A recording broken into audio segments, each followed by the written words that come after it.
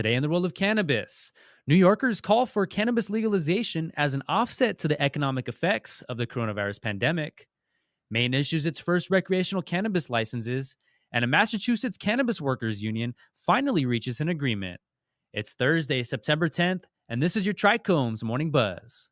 Broadcasting live from the TRICHOMES.com studios in Southern California, it's time for your Morning Buzz. We bring you late-breaking news that keeps you up to date with what's happening in the cannabis industry. First up, in an effort to address budget gaps caused by the coronavirus pandemic in New York State, county leaders are calling for cannabis legalization. Marijuana Moment reports that a group of county officials in New York have urged the state to implement cannabis legalization to offset the economic turmoil caused by the pandemic.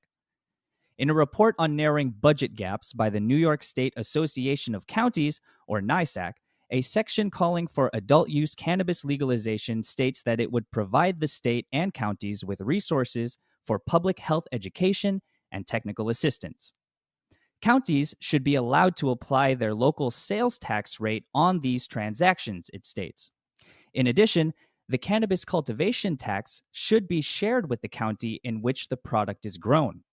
Assembly Majority Leader Crystal Peoples-Stokes said that she hoped to see cannabis legalization take place this year, but the pandemic has certainly presented challenges in moving legislation forward. The New York Senate has already passed a number of cannabis reform bills in the past few months. In July, a bill passed that expands the group of people eligible for cannabis conviction expungement, which preceded a vote that prevents landlords from evicting tenants solely based on legal cannabis use.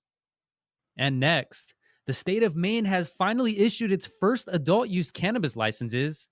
This comes 4 years after Maine voters approved cannabis legalization in the state.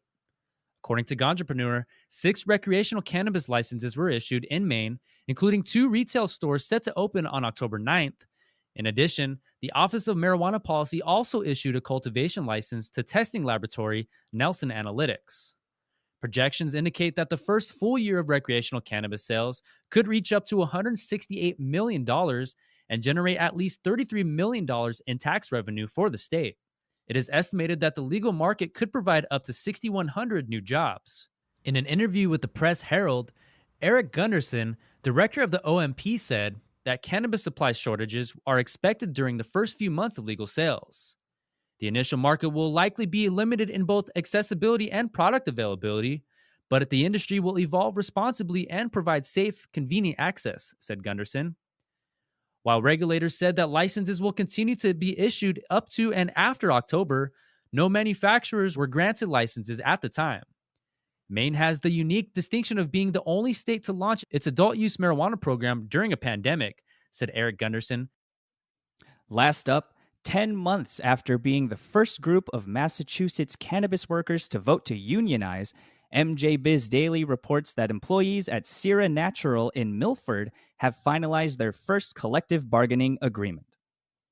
Approximately 120 employees will be covered by the 3-year labor contract. According to Gabriel Camacho, director of the United Food and Commercial Workers Local 1445, the contract was agreed upon following a series of Zoom meetings prior to the Labor Day weekend. Included in the agreement are wage increases from 50 cents to $1 an hour, annual pay increases, healthcare and 401k retirement options, and a 3-step grievance process. The contract was ratified by an overwhelming vote, close to 90%, Camacho said. Following the lead of the UFCW, employees at other Massachusetts cannabis facilities have voted to join in on the agreement, including Cultivate Holdings in Leicester, Mayflower Medicinals in Holliston, and New England Treatment Access in Franklin. And that was today's Buzz. Thanks for listening. For more cannabis news and insights from industry professionals and a place to discuss these stories and others, visit TRICHOMES.com. And be sure to catch up with all of our other cannabis industry-related podcasts like Hash It Out, The High Ground, or Careers in Cannabis wherever you get your podcasts.